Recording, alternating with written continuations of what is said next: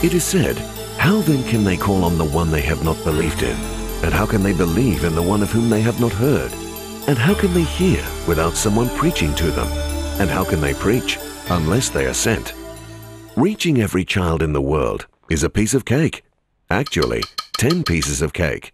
There are 10 pieces of this cake, and there are 10 areas that the local church needs to consider to ensure a rounded approach to reaching children in their community and across the planet. Each is interrelated, and each is important. The foundation is prayer. Children discovering God's love through Jesus is God's business. We're the helpers. God is the leader. In reaching every child in the world, the job starts with connecting with God through prayer. There are groups of children around the world praying earnestly for other children. There is a global children's prayer network. There are cities that link with other cities and pray for the children. Let's find areas of the world that we and our children can pray for. Praying intentionally for children is the first area.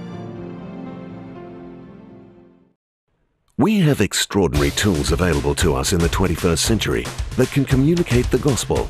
The Bible in written, audio and video forms. TV, DVDs, games, internet, SMS, iPods, blogs and so much more can be duplicated and spread easily and cheaply. Sending the message out through current and relevant media tools is the second area. Many children that need to hear about Jesus do not live in easy-to-access places. They live in the rural areas, remote islands and jungles. They live in inner cities and slums.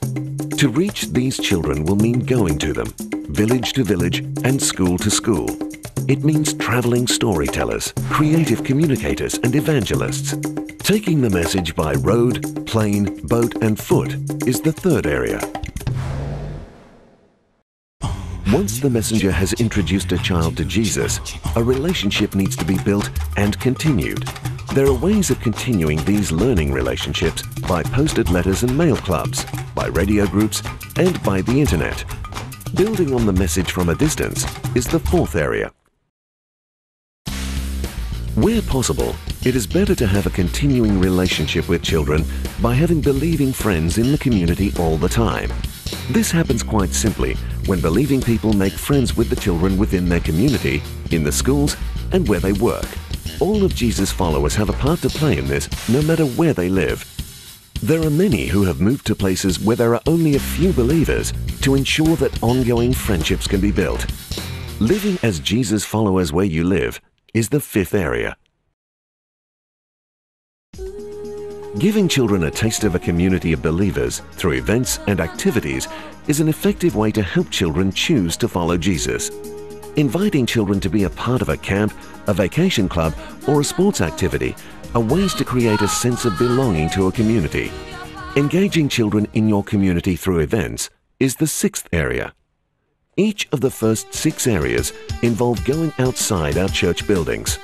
The next 4 areas are about helping children within the church. Children may want to visit or join a church once friends have been made or they have made a decision to follow Jesus. Churches have a role in being friendly, engaging, and welcoming places for outsiders to enter. Ensuring our church is friendly to children and their families is the 7th area. Children within the church need to be given instruction in Jesus' way, as seen in the Bible. This involves learning how to follow Jesus each day. This happens in churches as faithful people who are willing to walk alongside the children, listen, teach, pray, and share with them and their families. Nurturing children as they learn to walk with Jesus is the 8th area. Children who follow Jesus have been given spiritual gifts and natural abilities. These abilities were given by God to do good things. These gifts need to be encouraged, nurtured, and developed.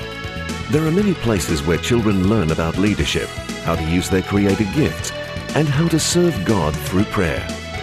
Developing the gifts of children for God is the 9th area. Once a child is built up in faith and learnt to use their gifts in the service of God, they should be given opportunities to use these gifts. They too can participate in taking Jesus to others. There are children participating in many aspects of mission and service of Jesus. Letting children be involved in the Great Commission is the 10th area. These 10 pieces of cake illustrate the process in reaching and discipling children. But that is only one part of the picture.